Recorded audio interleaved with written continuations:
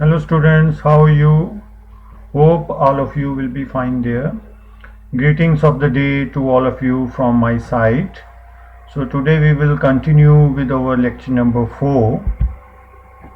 So last time we have started discussing the unit processes and we have discussed the following topics, that is the introduction of about unit processes, definition of unit process, importance of unit processes.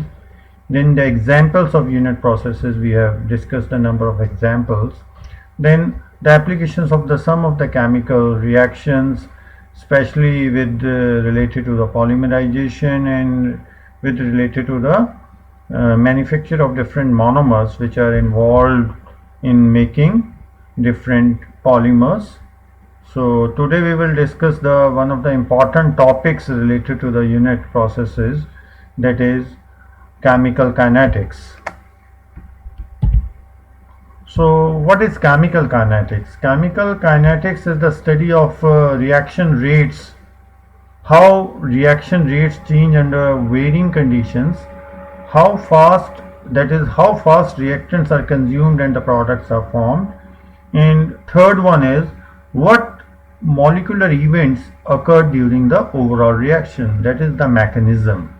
So mechanism is the series of steps proposed to account for the overall rate of reaction. So the chemical kinetics is the study of these three things.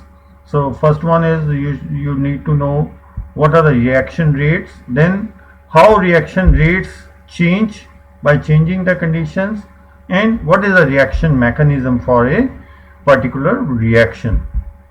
So first of all, reaction rate.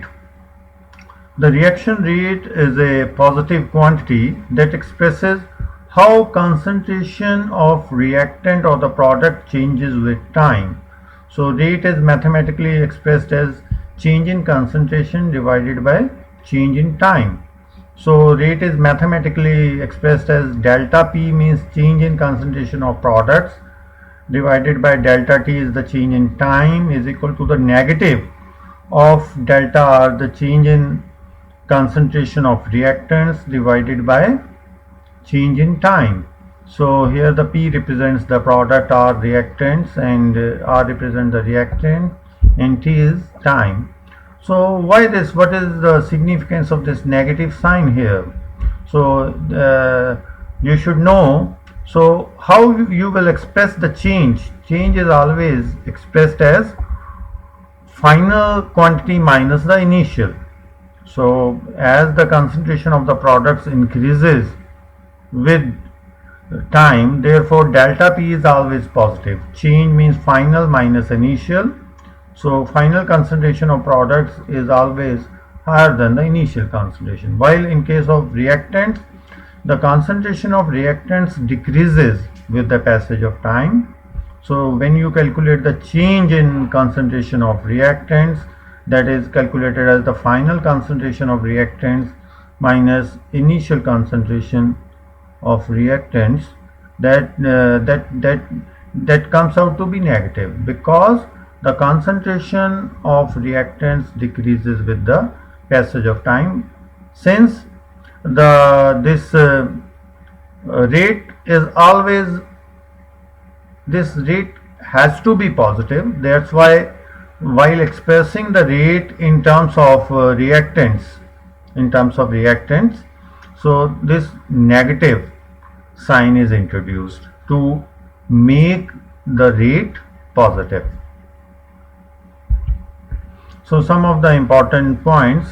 So you should note that the rate decreases as the reaction proceeds. Why? Because the rate is dependent upon the concentration of the reactants. As the concentration of the reactants decreases, that's why the rate also decreases with the passage of time. So rate is time dependent. Next, it decreases as the reaction mixture runs out of the reactant, because there is a decrease in concentration of the reactants. So naturally the concentration is less for the reactants, therefore less collisions and slower formation of products. So the number of effective collisions is directly proportional to the concentration of the reactants. So as the concentration of the reactants decreases, the rate of formation of products also decreases because of smaller probability of the collisions per reaction. So next is rate is dependent on the time and the concentration. Therefore, rate is changing over time, not constant for whole reaction. Over any particular time, there is a certain concentration of reactants and a particular rate. So it changes during the course of reaction. It neither or it cannot be remain constant. Next is reactions occur as the result of collisions between reactant molecules. Higher the concentration, greater is the probability of collision, faster is the reaction. As reactants are consumed, their concentration drops and collision occurs less frequently, reaction rate decreases and eventually going to zero when all the reactants are consumed. So finally when the reaction goes to completion, when you say the reaction is completed when all the reactants are consumed. So when all the reactants are consumed, the rate becomes zero at the end, because the rate is dependent upon the concentration of the reactants. Next is types of rates. There are three types of rates which are widely used. First one is the initial rate, second one is the instantaneous rates, and third one is the average rates. So what are the initial rates? The rates measured at the beginning of the reaction, which is dependent on the initial concentrations of the reactants, are known as initial rates. Then the instantaneous rates. These are the rates measured at any point during the reaction. So at any point of time when you measure the rate, or the rates at any instance are known as instantaneous rates. Then the average rates. The overall rate measured over a period of time interval, say for 5 minutes or 10 minutes, right? So you should calculate the total change in concentration over the 10 minutes divided by the time period of 10, then gives you the average rate. Next is the factors affecting the reaction rates. So it depends upon the nature of the reactants.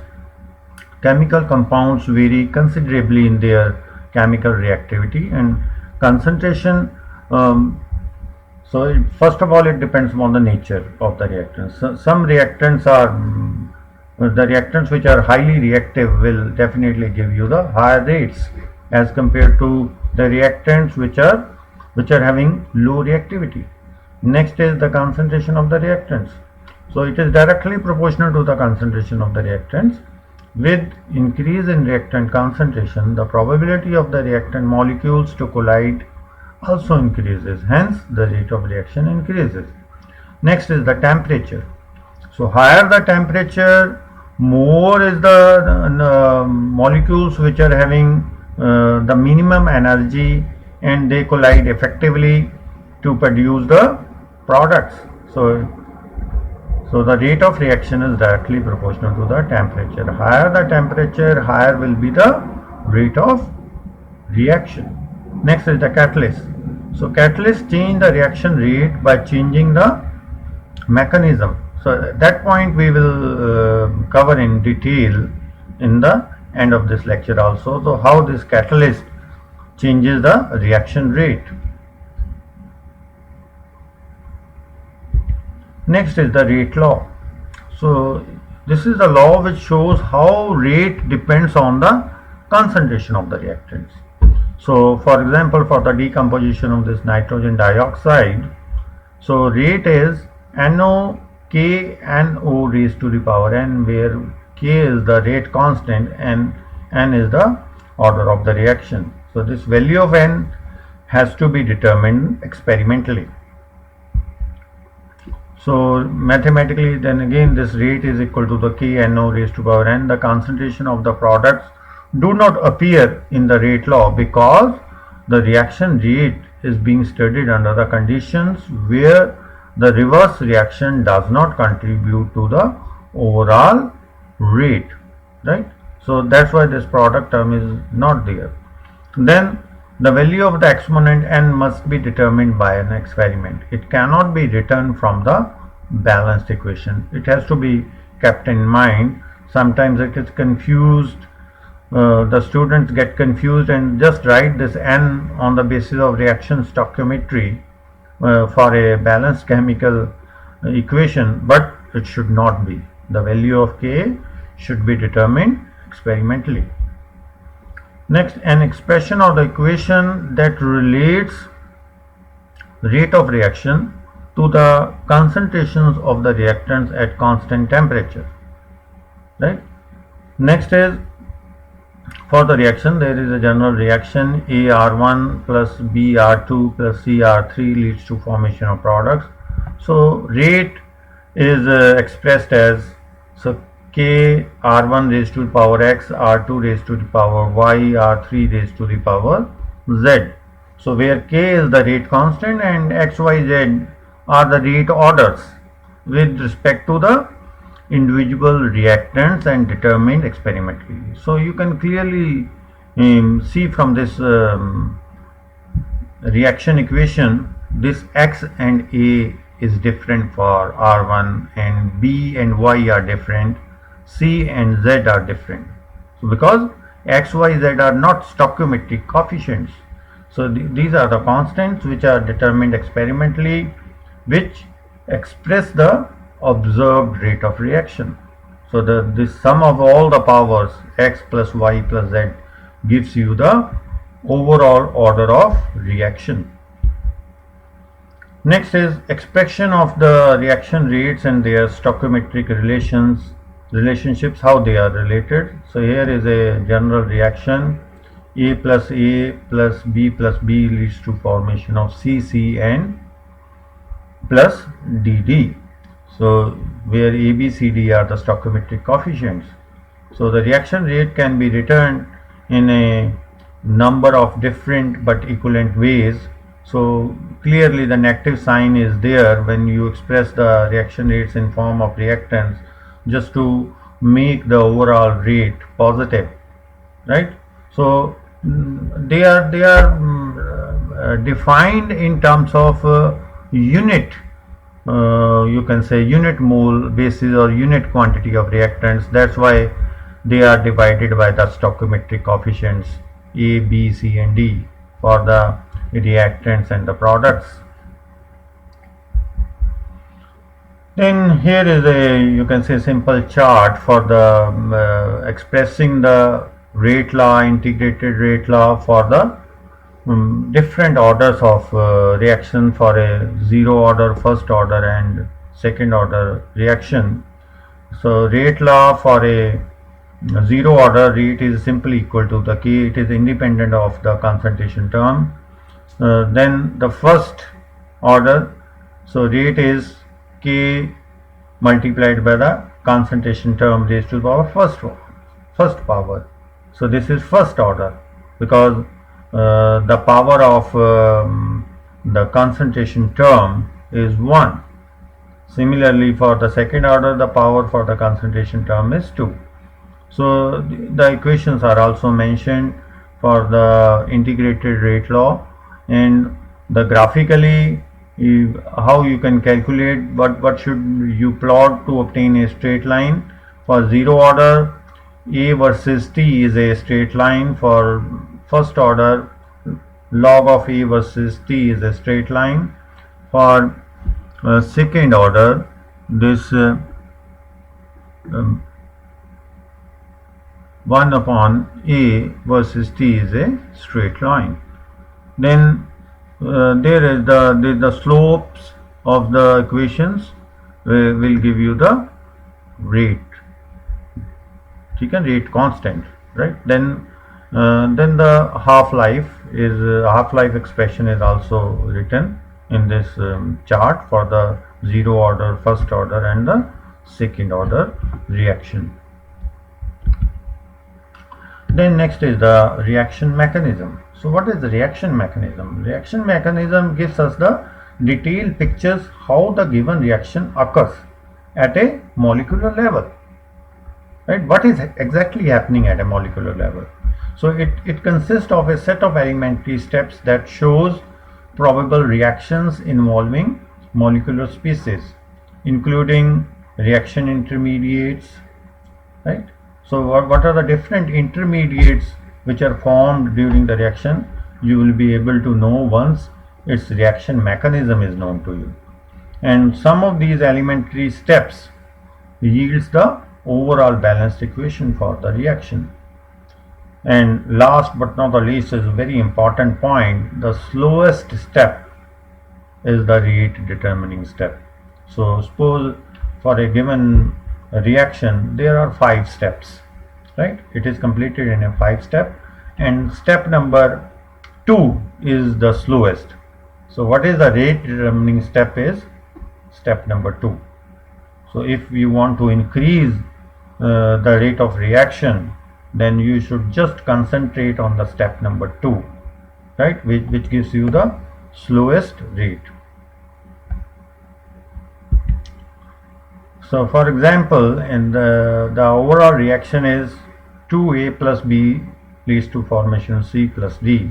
So here are the 3 steps which are written. First, A plus B react together to form X, where X is the intermediate. X plus A further combine to form an intermediate C, and C splits up into C plus D.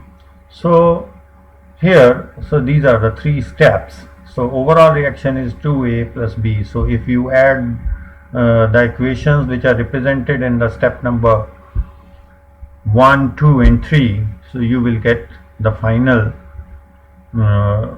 or you can say the overall reaction as 2A plus B leads to formation of C plus D.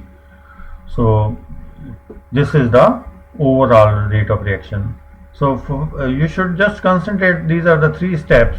If say in this case if the step number 3 is the slowest, then step number 3 is the rate determining step. The slowest step is the rate determining step.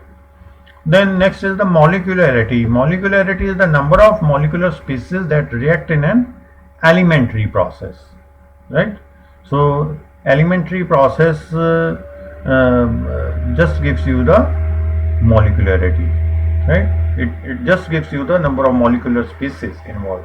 So in this example, what is the molecularity? Molecularity is 3, 2 plus 1. 2 molecules of A are involved and 1 molecule of B is involved.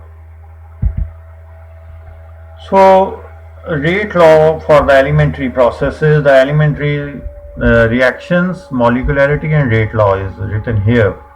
So this is the first, in the first case, A leads to formation of product, 1 molecule is involved, unimolecular. So just look at the reaction number 2 and 3, both are bimolecular because 2 molecules are involved, whether they are of you can say same type of reactant or different type of reactants.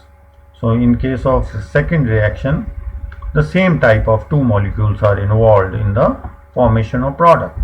So therefore that's why it is a bimolecular reaction.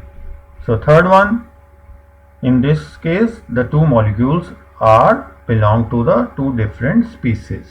So that's why number of molecules involved is 2. So that's why it is also a bimolecular reaction. In the fourth example, there are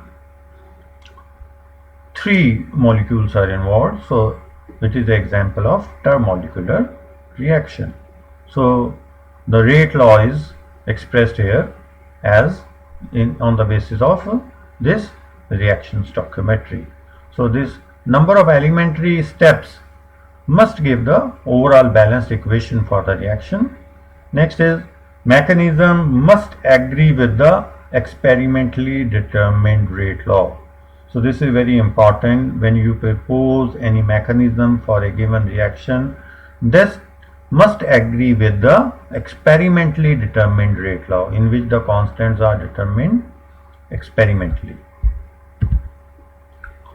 Next, a model for a chemical reaction. For a reaction to occur, the reactant molecules, so these are the, you can say, the important points related to the chemical reactions.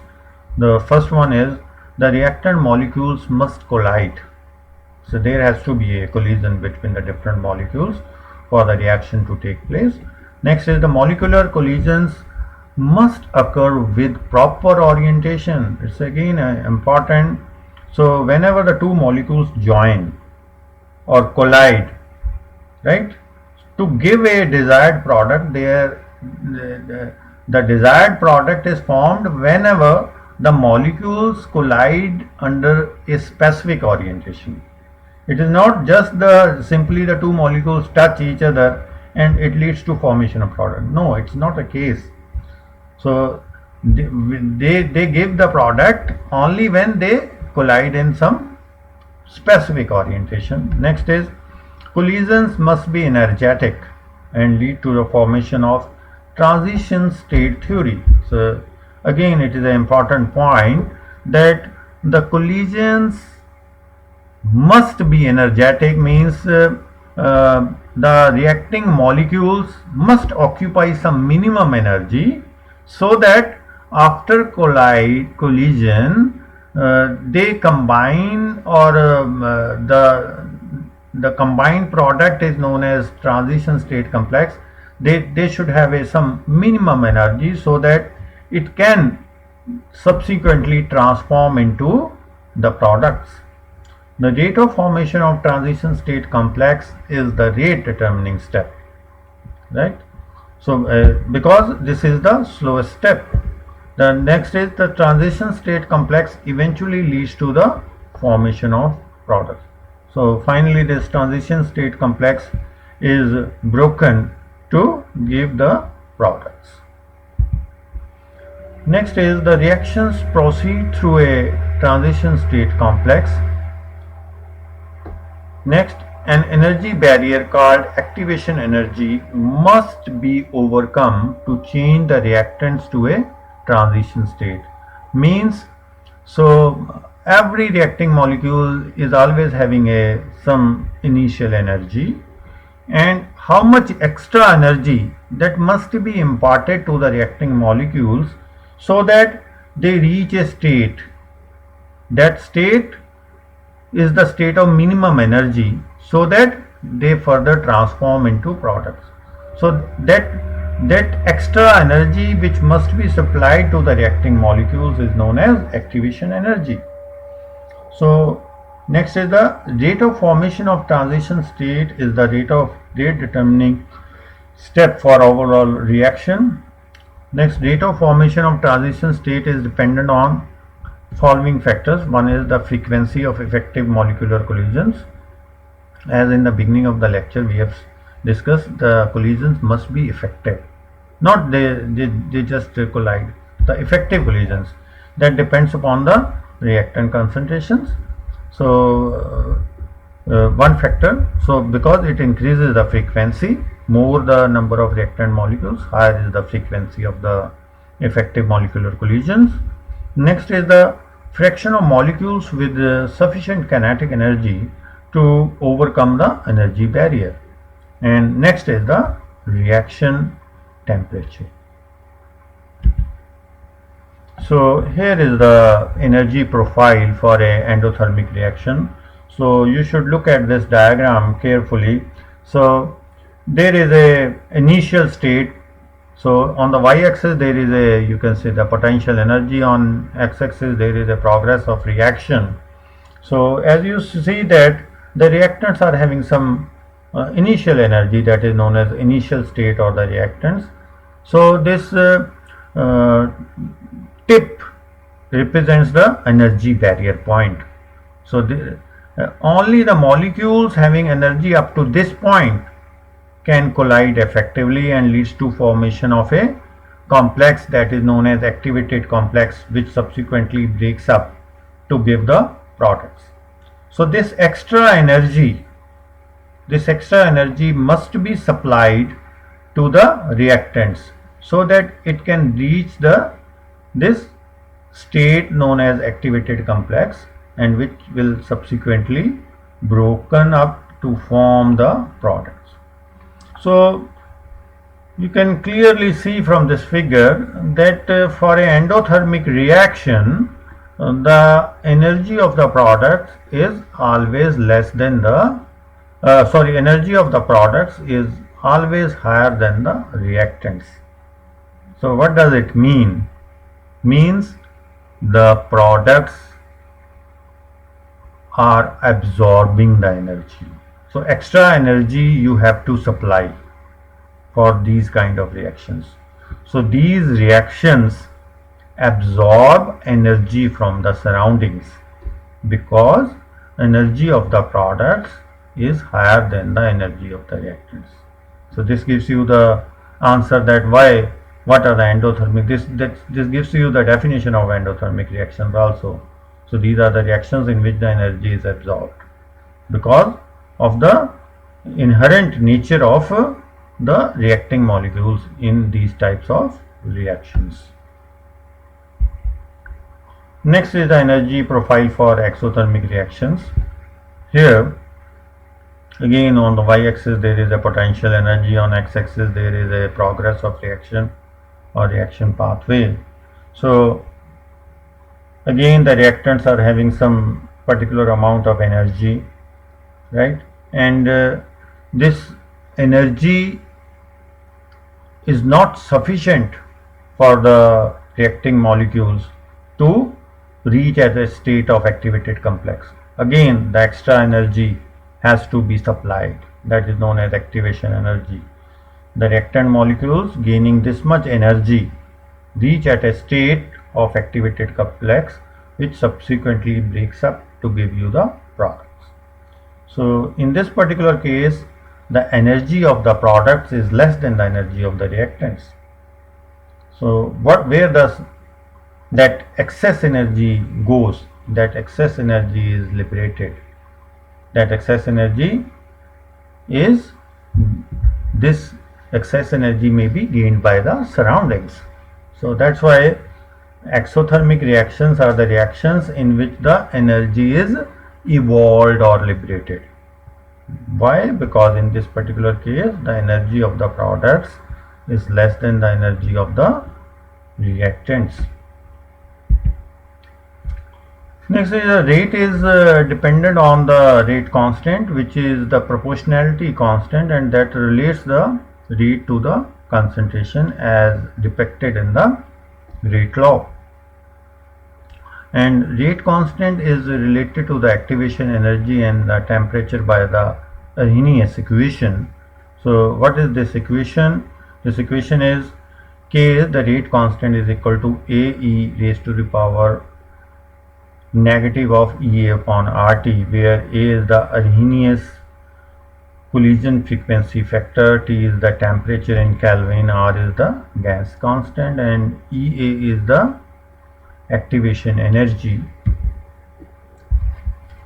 And next is about we are going to study about the catalysts. What are the catalysts? Catalysts are the substances that are added to the reaction mixture to make the reactions go faster, but do not get used up by the reactions. So this is very important. The catalysts are the substances which are not going to be used up during the reactions, right? So these are the reactions catalysts are the substances which are added just to increase the rate of reaction. Next is the catalyst function by providing a alternative reaction pathway with lower energy, that we will study with the energy diagram in detail. So how this catalyst, so whenever you add a catalyst to a reaction mixture, it proceeds through an alternative path having lower energy. So it increases the reaction rate but does not affect the reaction enthalpy or the equilibrium position. This is again an important point. So the catalyst, with the use of catalyst, you are not going to improve the yield, right? So you are just, because they are not going to change the equilibrium position. So if you have to increase the yield, so this equilibrium position has to be changed, right? So it is not going to shift the equilibrium position. And it do not alter the reaction yields at equilibrium. Again, the same point that we have just discussed, it is not changing the yield of the reaction. The reason is the catalyst increases the rate of forward reaction as well as rate of backward reaction by the same amount.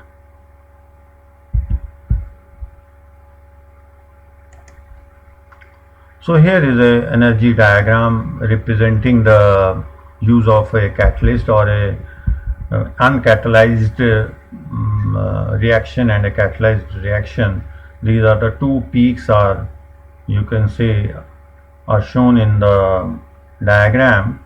On y-axis again there is energy, on x-axis there is a reaction progress, and this red line shows you the uncatalyzed pathway, means this is a reaction pathway without use of any catalyst, and blue peak shows a catalyzed pathway. This is a reaction which is catalyzed, or the reaction which proceeds in the presence of a catalyst. So what is the basic difference is there? So you should easily appreciate the fact that the activation energy for an uncatalyzed reaction is higher than the activation energy required for a catalyzed reaction. So that's why with use of catalyst the rate of reaction increases.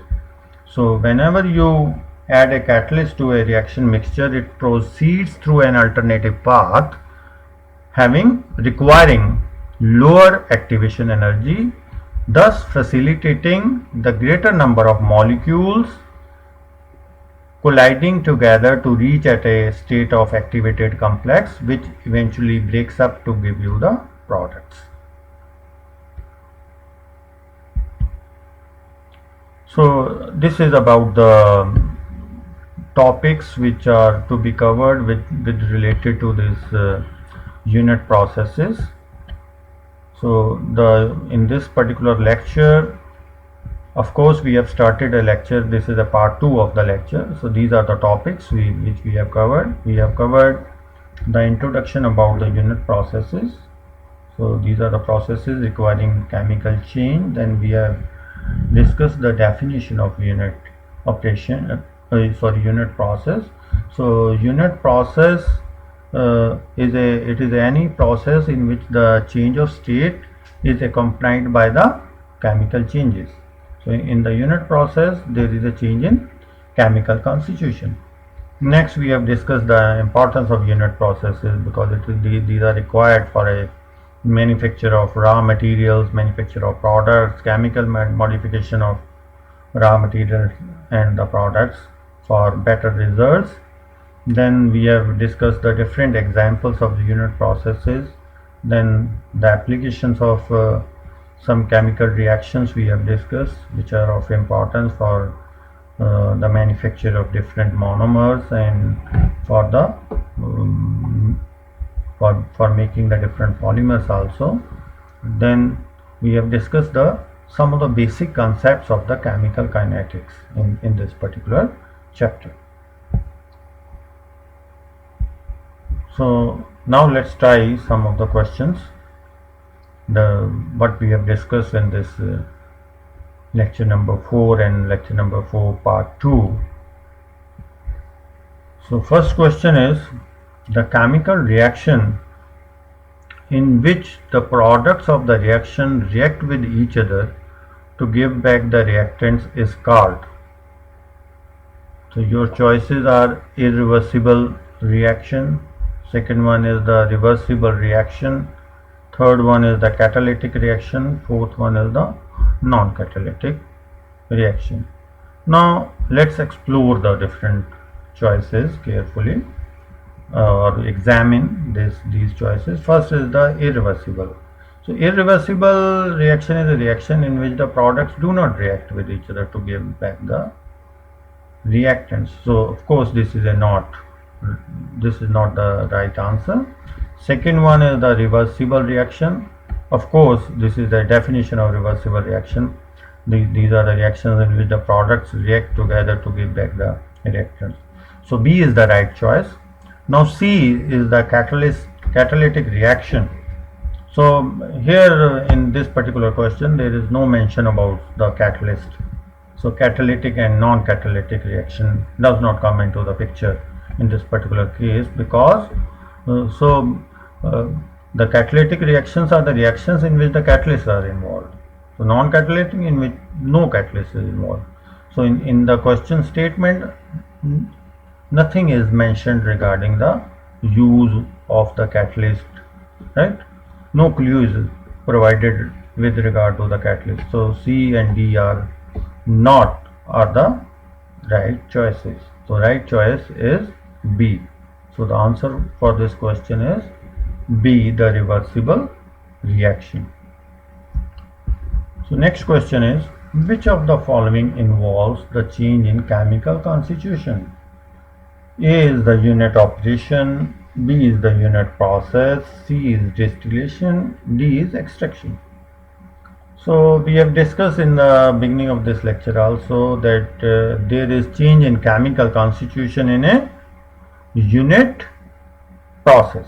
So that's why in case of unit operation there is change in chemical composition. So of course the B is not the right answer, B is the right answer. Now look at how C and D are not the right answers, not the right choices. So C is the distillation. Distillation is a type of a unit operation. So unit operations involve change in chemical composition. So that's why this is not a right choice. Similarly, the D is extraction. Extraction is again a type of unit operation in which there is change in chemical composition is there only. No change in chemical constitution is there. So that's why D is also not a right choice. So right answer is B, unit process. Next is question number 3. Which of the following is an example of a unit process?